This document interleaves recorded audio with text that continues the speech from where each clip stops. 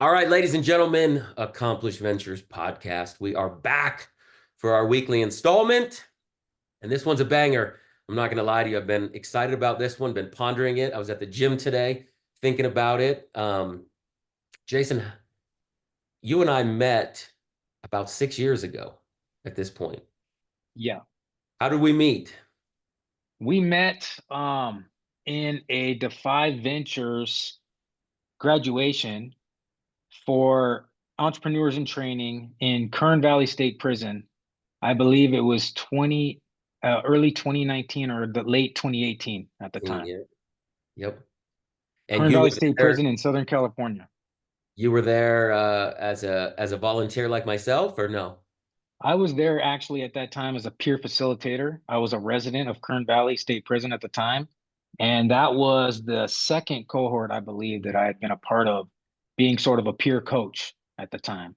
And Yeah. so I had some guys that I had worked with through the program that were doing their rocket pitches that day. And I was lucky enough to meet you and have a conversation.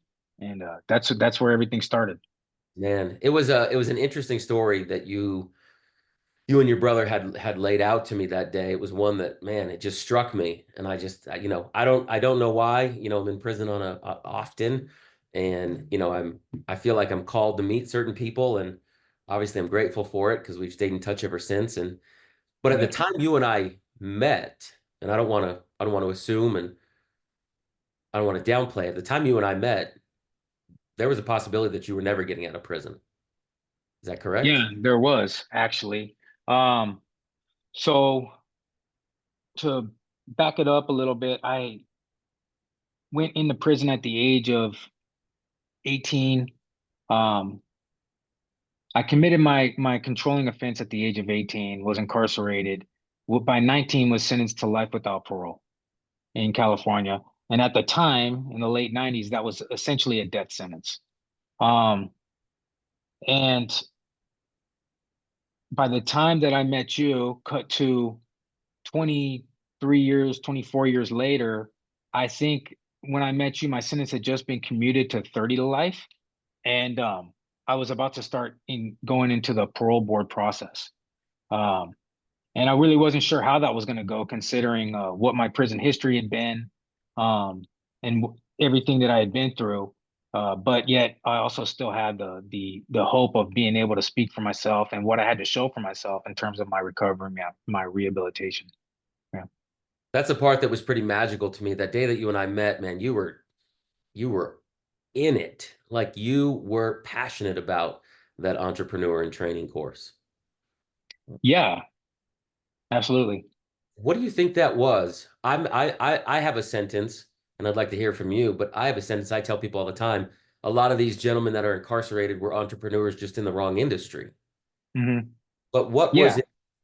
I mean, after decades that you had spent locked up, what was it that you were like, no, I want to be part of this every day and not that nonsense every day? Yeah, great question. So when I first heard of DeFi, I was interested in it because I had been studying business stuff. I was interested in like one day potentially creating a business, like in my wildest dreams. Mind you, I'm still serving life without parole in prison. At that point, it was pretty much considered that I'd never go home. Um, then I got involved with DeFi, and you know, the vast majority of my experience in prison had been me basically being locked down in a cell, right? And it's the same thing almost all the time. You go to yard, sometimes there's violence out there, sometimes there's not. You go on lockdown, you go to the hole, go to the shoe, you come back out to a yard somewhere. That's pretty much the cycle. Well, Defy, they brought in all kinds of volunteers and got us talking about businesses and building businesses. And we got to actually sit with sometimes 40, 50 volunteers from outside in the outside world and just work with them. And it really, those events would transport me and make me forget for the moment that I was in prison, make me forget for the moment that I was serving a life without sentence, right? And I'm sitting here rubbing elbows with sometimes millionaires, right? And it was incredible to get their kind of their feedback and to have that validation from them that I had something more to give. Like I knew at that point that I had something more to give and to receive from the world than what I had been doing since when I was younger. But to get this real time feedback from these people that were professionals that weren't necessarily involved in the world of prison. They were just there for the day, like volunteering their time. It was magical. So you had a couple of different things. You had a I'm sort of going through this cohort with these 50, 60 other guys as we push to learn this curriculum. And then we have these periodic events that were deep, right? Because we're not just going over business stuff, but we're also connecting with these people on a really deep level, right? Like there's these exercises in DeFi where you really connect with people um, outside, and it just sort of expands your horizons. Then during my cohort, we during the graduation, there's a rocket pitch challenge where you pitch in front of investors and you sort of work through this bracket system. And my goal was simply to get to top five and to be able to pitch well in front of my family. Right. That's all I wanted to do. I wanted some of my people to, because the DeFi events during the graduation, a lot of times I'll let the actual family members come in and be a part of the event. And so my goal was I just want to pitch well. Right. Well, I ended up pitching and winning the entire thing. And I'll never forget looking out into that crowd and just all the love that I was receiving from those people and the validation and how affirmed it felt that, like, at that time I was serving life without parole and I really started investing and changing my life. And it was like all sort of a wish, sort of a hope. But that moment sort of crystallized and solidified for me that it was real. In that moment, for me, it transformed me to where the whole experience that I had over the 9 months in the DeFi Ventures program sort of like coalesced into this sort of experience for me that I was like, you know what? I want everyone to have this experience. They don't have to win the competition. I realized that like that was just my night, right? But the experience of what that meant to go through that journey to experience like having your horizons expanded was so magical to me that I just was going out to the yard and I was like, look, everybody that I knew, I was like, look, man, you got to sign up for this. You got to be a part of this program. And for me, I wanted to be a part of them having that experience, right? I wanted to have some influence in them having an experience that transformed them like I was transformed. And so when I met you, that was my second go around as being a peer facilitator, where it was still just like, man, I want to be a part of this for someone else. And because that feeds me as well, right? So just a beautiful thing. Man, such a beautiful thing. It's pretty amazing. So this is going into, a few 100,000 people that are behind bars as we speak. And so you and I know what DeFi means in EIT, but just kind of give them a more granular perspective of like, and maybe this is feeding who knows where this is going to go to. Maybe it's feeding them an idea. Maybe they've wanted an entrepreneur course, or maybe they wanted an idea they wanted to run on their own yard. Walk them through kind of quickly, succinctly, like what those, 10 weeks, 12 weeks, pitch week, walk them through that EIT program because that you and I Okay, are with. perfect. So DeFi Ventures is a program that works within prison and outside and helping people that have been system impacting and building small businesses. And EIT is an entrepreneur in training, right? In the course, it's generally a 6 to 9 month course. They will learn everything from character development to business ideation, and it goes from concept to creation, right? Including how to build resumes, how to interview. You learn about tell me about yourself responses. It's a very very well thought out and thorough curriculum. So the way that it starts is it'll start with a kickoff event. If the fight comes into the prison, and let's say there's 60 guys that signed up in the class, so they'll get called into a gym or some area where there'll be some kind of kickoff, and you'll start sort of learn like what kind of things happen in the events, right? Um, from there, there'll be generally on that kickoff event, there are volunteers, and you'll get first introduced to some people that are associated with DeFi and want to be there to sort of have an experience, connect with incarcerated residents, what have you. The next event, if I remember correctly, is a business coaching event. And this is a few months down the line where you'll bring your resumes. You'll bring some kind of responses for like a tell me about yourself, like a 30-second tell me about yourself response, right? In case you're doing a job interview. You'll bring your business concept thus far, like how far you've gotten in that course, and you'll get feedback in all of those things, right? The next event will be the graduation, and that will be now the like the finishing point where you've done all your rocket pitch. It's a 3-minute pitch where you want to hit everything how you would basically pitch to real investors, and these are real investors, right? And or these are people that own companies. These are people that can like really like assess what it is that you're doing, and it'll be a bracketed system where you're going basically against your peers as a competition, and the ones that win from each group will sort of gravitate towards the center, and then you'll have the top 5 that pitch. At that point, you're expected to basically be able to talk about your business inside and out. You basically want to be able to give like key numbers, how investors would get their money back, how you're going to become profitable, how you're going to scale. Would you be able to hire other EITs in the future? XYZ, who's your demographic? And then if you win, there's a cash prize. And DeFi holds the cash prize for you when you come out. Once you come out of prison, you tap back in with DeFi, connect with them. They'll do an initial intake. And if you are a winner, they'll cut you a check. And so, and furthermore, you can join up in their boot camp and accelerator program outside, take your business further, get in front of real investors. When I came home, I went to Google offices with some people from DeFi and watched a guy pitch in front of investors there. He was awarded $10,000 and he got mentorship from some people at Google. So beautiful stuff. And he's doing amazing things today. So the sky's really the limit. It's fantastic, man. It's really, really good stuff.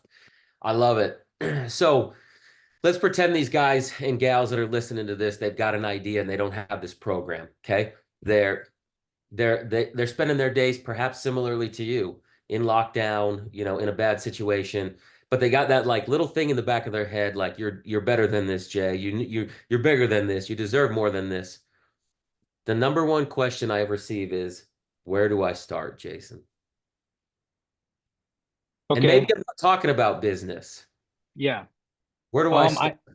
I, I think actually, if they're even asking that question, that's a positive thing, right? Because that's telling you that they want something different, right? And they just don't know how to go about getting it. Yep. So whether it's business, whether it's personal development, whatever it may be, just a change in your life to get different results. I think the first thing is to recognize like one, go find the people that are doing the thing you want to do and bring value to them, right? So figure out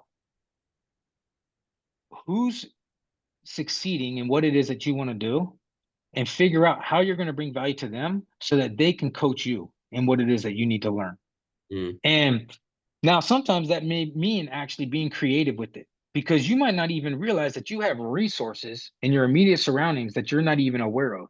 But in order to figure that out, you got to get curious about other people and actually in a sort of way get out of yourself, right? uh, So that's one. I think another thing, um, where do I start comes back to me. It's always about mindset, right? I think the first thing is like I got to be resourceful mentally. I got to be willing to ask myself the right questions, and I got to be willing to be determined enough to go get the answers, right? Or go find people that can help me get the answers. But that starts here because that's going to be basically going to decide whether I'm even going to quit before I start or if I'm going to actually take action.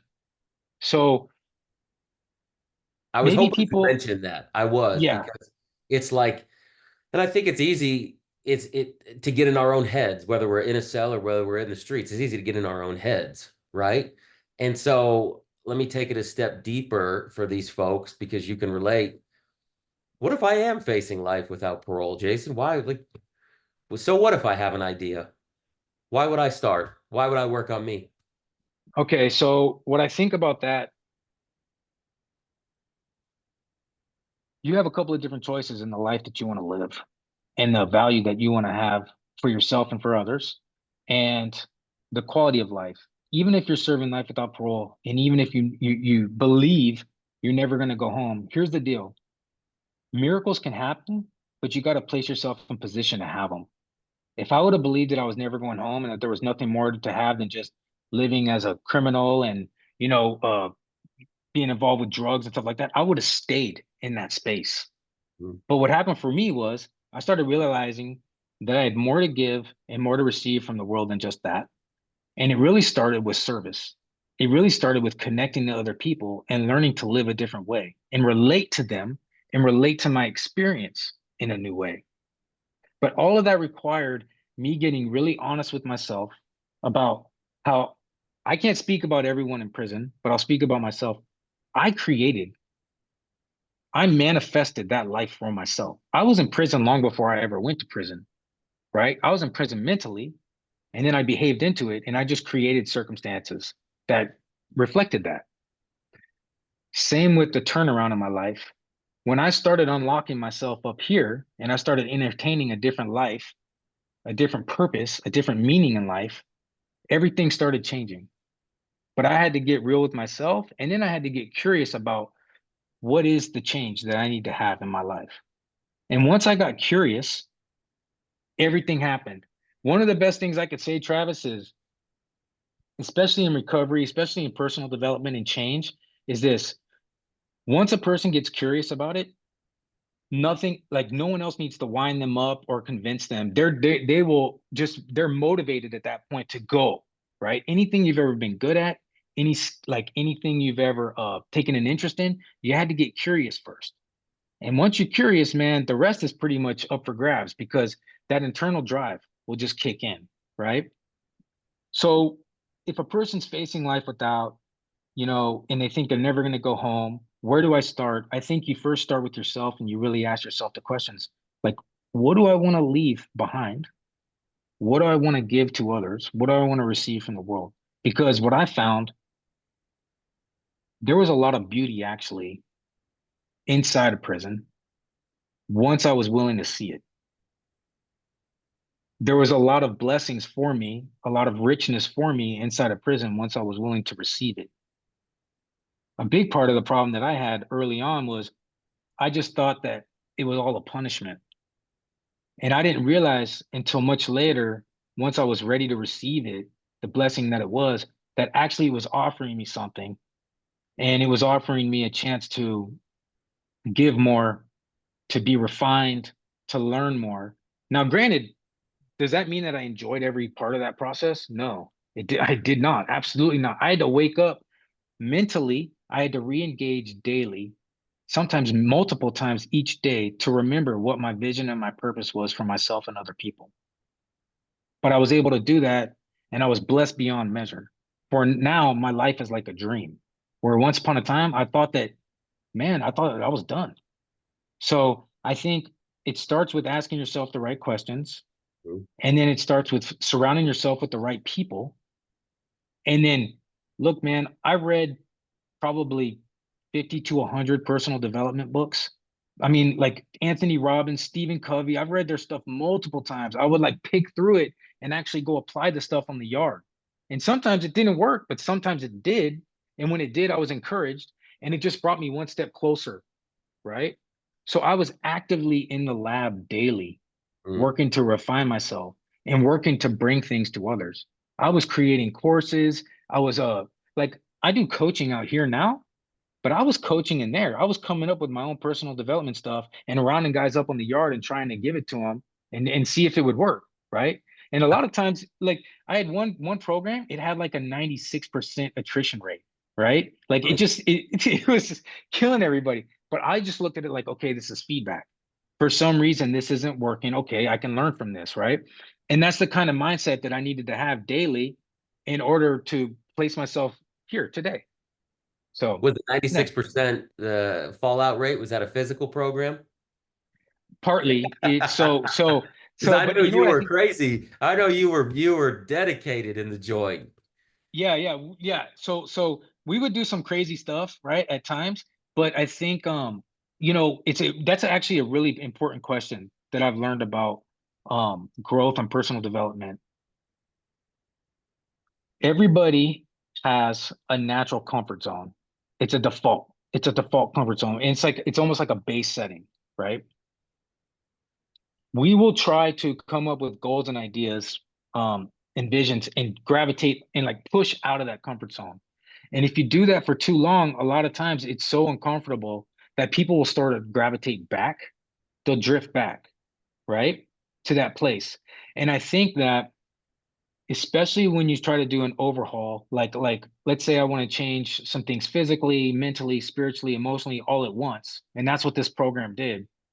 You have to be very careful about not taking on too much, even though you think you have a big appetite, only because what can happen, some people are wired to take on a whole lot, but for a lot of people, what'll happen is they'll go really strong for about 2 weeks and then they start to drift right back to that natural comfort zone.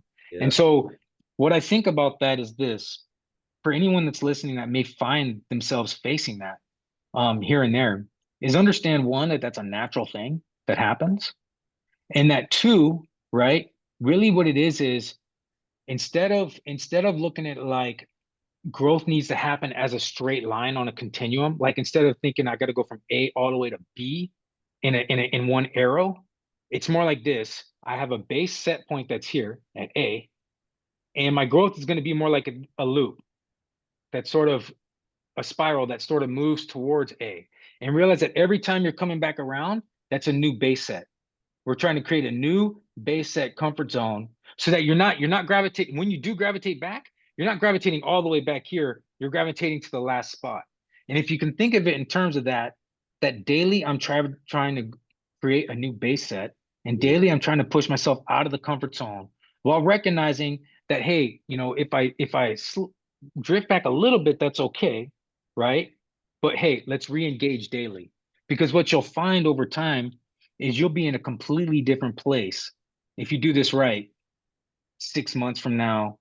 I would even say 3 months from now, 6 months from now, a year from now. So we're really, man, just everything can open up for you. You just don't know. You just don't know what kind of blessings are there. Yeah. On that note, let's talk about it. So for everybody listening, they know that you did decades inside. There was an opportunity to never get out. That was Hmm. a realistic opportunity, even Yeah. though we were optimistic otherwise. Um, but you did get out. You did get out, and butterfly effect, full circle. You made the comment. You said, "My life is a dream now." Yes. So, okay. So just to give people an idea of what my life is like today.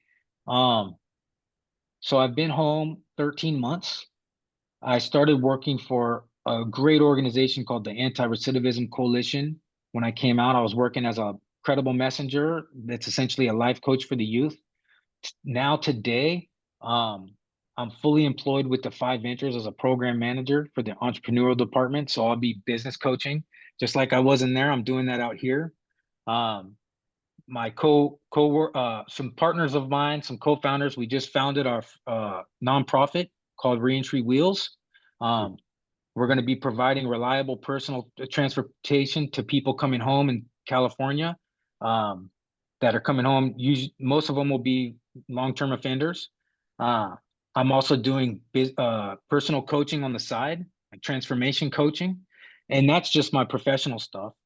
Um, I have a beautiful family, um, physically healthy, having some adventures. I've been skydiving, got to visit some family, bungee jumping, just a beautiful life, man. And had an opportunity to speak with you, speak with some other people that have platforms, and just basically share my story and also learn from them. So I think what's incredible about this is these are the kind of experiences that I would wish for, that I would dream about, but would never dare to really think what could Mhm. ever occur. I was and I gotta tell you, like when I was dreaming all this stuff up, when I started like reading, Anthony Robbins, and I would do the exercises in the books, right? Like he would say, like, you know, pick your ideal life, pick all these goals that you want to have in your life, and don't the sky's the limit. Like, don't limit yourself, and then pick a timeline. And I would pick this stuff like 7 years for this to happen, 5 years from this to happen. But I'd be in my mind thinking like there'd be a part of me that was reserved, like, no way this is gonna Yeah. happen, right? But I got to tell you, like, and some of those things were just crazy, crazy dreams. Awesome stuff, right? To this day, I have a bucket list that has like 135 items on it, and I'm knocking the things down, right? Um, but this beyond the great adventures, what struck me the most are the small moments that I never thought would hit me, that really were like, I'm just filled with a sense of gratitude. One moment was I was sitting at a restaurant with one of my friends who I was on a level 4 yard with, who's home and he's doing really well. And he has a wife and a brand new baby. And it was the first time that I'd saw him since I've been home. And a waiter came and gave us water. And I stopped to say thank you to the waiter. And it was one of those moments where I realized, like, this is surreal that I'm sitting at an outdoor cafe with my buddy saying thank you to a waiter. And I was just so grateful to be able to do something like that. And I'd never considered that. Like when I was in prison, I would dream about coming home and doing all these things, especially as it got closer. But I'd never considered a moment like that, right? Just small little moments that you don't even dream of, but that hit you when you come home. And that really, I think, fleshes out the dream, right? And so what I try to do is I try to stay in tune with that and realize just how great, like how lucky I am today, you know? Never letting go of those little moments of gratitude. Yeah, beautiful, beautiful thing. That's huge, man. So share with the people some of maybe one. What is one of these massive goals that you've got that you're working towards, one that you are comfortable sharing? Because, and the reason I'm saying that is because going behind walls, you know that it's dark and it's dismal and it's dingy and it's depressing. It can be. Can be. And so go back to that individual that isn't as optimistic as you once were or are. Like, Jason, why would I make this wild dream? So connect the dots for these people. Here's something that I sat in the Mhm. writing about, and here's what I've done. Connect the dots for these people so they can dream through you. Yeah. So I think this connects. When I first really started changing my life and committing to having something different, um, I read in a book, it's corny as it may sound, that the secret to living is giving. Mm, And really a big part of my journey since then has been, how do I find a way to bring value to other people? And how do I find a way to bring what I'm learning to other people? Right. And help them like make a shift. And to this day, I would say that my biggest goal is I would like to have a measurable impact in 1 billion lives. I would like 1 billion people, right, to take some kind of action that has a measurable impact in their life, whether it improves it physically, mentally, spiritually, emotionally, socially, right? Some kind of impact. I think that like I would die happy if I was able to do that, right? And be a part of that. Now, why is that? Why is that such a big deal? It's a big deal because if you're able to have an impact in people's lives in a healthy way, and you're able to be a source of service and a source of love and kindness, um, courage, encouragement, right? That you can create purpose and meaning wherever you are. And you can change the world for people wherever you are, right? You can change people's lives inside of there in a way that maybe you may not have even considered. You don't know who might be right down the tier from you right now that just needs a little bit of kindness and what that can do in their life, what a drop of kindness can do in their life to where they could go on to be the person that really changes things for hundreds of thousands of people. But right now, they may need that word of encouragement. They may need that time, that attention. You may know something right now that's of so value that you're not even aware of that you have to give. that if you can just get curious about that thing and about another person and what they need, you could change everything. So that's a way that you connect to purpose and meaning in your life that becomes truly fulfilling, rather than like I was doing when I was young. I was chasing a bunch of the wrong things to try to fill something within myself that was missing because I didn't have a really clear aim and I didn't have a purpose and meaning in my life. I would go for short-term gratification and pleasures, right? So for me, the end all, Travis, still is how much impact can I have in people's lives, right? How do I do that daily? And then hopefully uh, have richness in my life. Zig Ziglar had a great thing that he said. He said, look, you can have everything, anything you want in the world, as long as you're willing to help enough other people get what they want, right? And so there's more than just financial riches, right? There's richness in relationships. There's mental richness, like just being mentally alive, thriving. There's a spiritual richness, right? Like having your spirit wakened and feeling connected to other people, feeling creative and curious about your place in the world. There's, emotionally feeling rich, right? Like alive, vibrant, rather than dull and numb. So there's just a lot to gain from this. And I think it really does start with curiosity, creativity, and service. I love it, And man. that's something that a person can do anywhere. Anywhere. Yeah, Yeah, you're right about that. Anywhere.